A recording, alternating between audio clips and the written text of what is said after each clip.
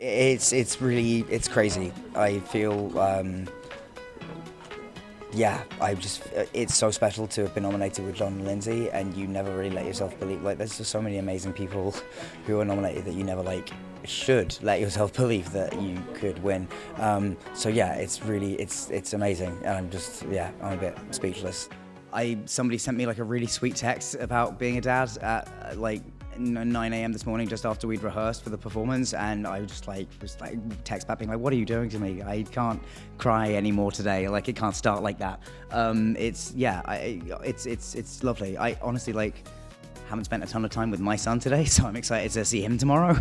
Yeah, it's really lovely, and it is really like my dad's here, and he's in the audience, and my parents and really my dad as well is like a huge part of me listening to all the music I listen to. My dad like listened to T-Rex and Mark Bolan and David Bowie, but also like Chicago and Cabaret and a ton of Sondheim shows. Like I grew up listening to Company and all the Sondheim scores because of him, really. So it's really cool to get this today. I mean, it's been like a dream. I can't, it's, with it, especially like ending like this. I mean, I couldn't have dreamed this or written this. I also, my singing teacher, who I mentioned in my speech, one of the first things he ever had me sing for him was Good Thing Going in, like 17 years ago, whenever I started working with him for Equus, because I sing commercial jingles in the beginning of Equus, and I was like, could not hit the tune at all apparently, so they were like, please learn this tune, and I started working with him then, and we just started singing together, and yeah, so like going from that, you know, singing that for the first time in his office in London to singing it on stage now, and now this, it's insane. And for a show to have, I feel like actually it's the same on How to Succeed, the last musical I did in this. Like I've made some of the best friends I've ever made in my life working on Broadway, and particularly in musicals. So yeah, it's been incredible, and I will miss doing the show with them so much. I mean, it's amazing. I couldn't have, like, if you told me, when I finished Potter, I had no idea what my career was going to be. I'd already started doing some stage stuff, but I didn't know what the future held at all. So yeah, to have had the last year of like playing Weird Al and also doing Merrily We Roll Along has been awesome. Like that kind of, and I do think there was something, playing one character for a very long time builds up in you a desire to just like do as many things as you possibly can. So yeah, I'm doing that right now, which is awesome. I mean, I think I've become a better actor every time that I've done something on stage. I think I've learned from it every single, like doing Equus with Richard Griffiths and getting to watch Richard Griffiths on stage for months and months and months, to like refine and never stop working on something was hugely formative. And yeah, and obviously there's just like the thrill of it, like the thrill of like it could go wrong and doesn't somehow, is so exciting to be a part of every night.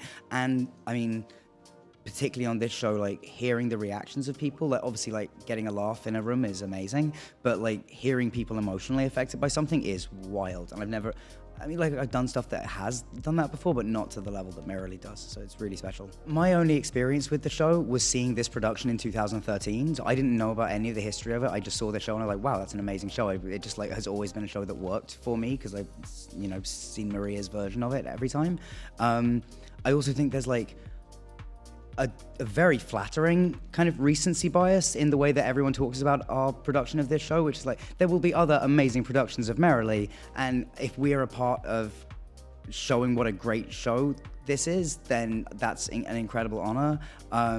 And yeah, and we've been lucky to like meet a lot of the original cast and the original people and they've come to see our version, and that's been really like special and emotional as well. Obviously, like it starts off way before I was in rehearsal, just like listening to it and learning it. And the minute you learn the journey with the thoughts that are going through it, that's when it starts to become less like intimidating, and you start to stop seeing it as like this one unlearnable mass, and it starts to be like, okay, no, this is what's happening here, and then this changes. And also then when we got into rehearsal and started talking about it with Maria and with Jonathan, and being able to like turn to Jonathan, even though he is silent for the whole song, and just like look at him, everything he does in that number, I wouldn't be able to do any of the stuff that I do in that song if he wasn't sitting next to me. It's so because it is a love song, and it's a song about somebody who really, you know, Charlie always talks about not wanting Frank to do films, but what that actually means is like, I don't want films to take you away from me.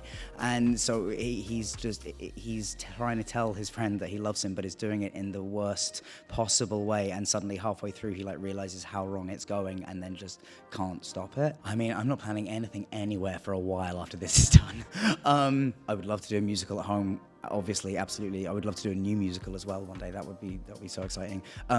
I cannot say enough about Maria. Maria, I can't remember if I said this in the speech, but she knows this show like the back of her hand. She knows it so well, and Maria can engender emotion in actors more than I've ever seen anyone else do. She made me cry with a note once, like in a positive way. She wasn't just like, "It's terrible," but she told me to do something in the scene, and I did it and immediately burst into tears. She has like a direct line to the heart of this material, and you know, the show is so much about friendship for her, and she just like highlights that all the time. As I sort of mentioned earlier, I didn't know what exactly was going to happen after Potter finished. I wanted obviously to keep acting and keep going, but I didn't know what that would look like. And getting to work so much on Broadway has like really, I think, allowed me to like find myself as an actor. And I think Broadway gave me some opportunities to take some very big swings, like doing a musical before and How to Succeed or Equus or whatever it is. You know, I just feel like this was a place that I came and like found myself a lot as an actor, and also just was, learned to love New York. Like I live here now. I love it. My kids gonna grow up here. I feel so lucky to be a part of this city.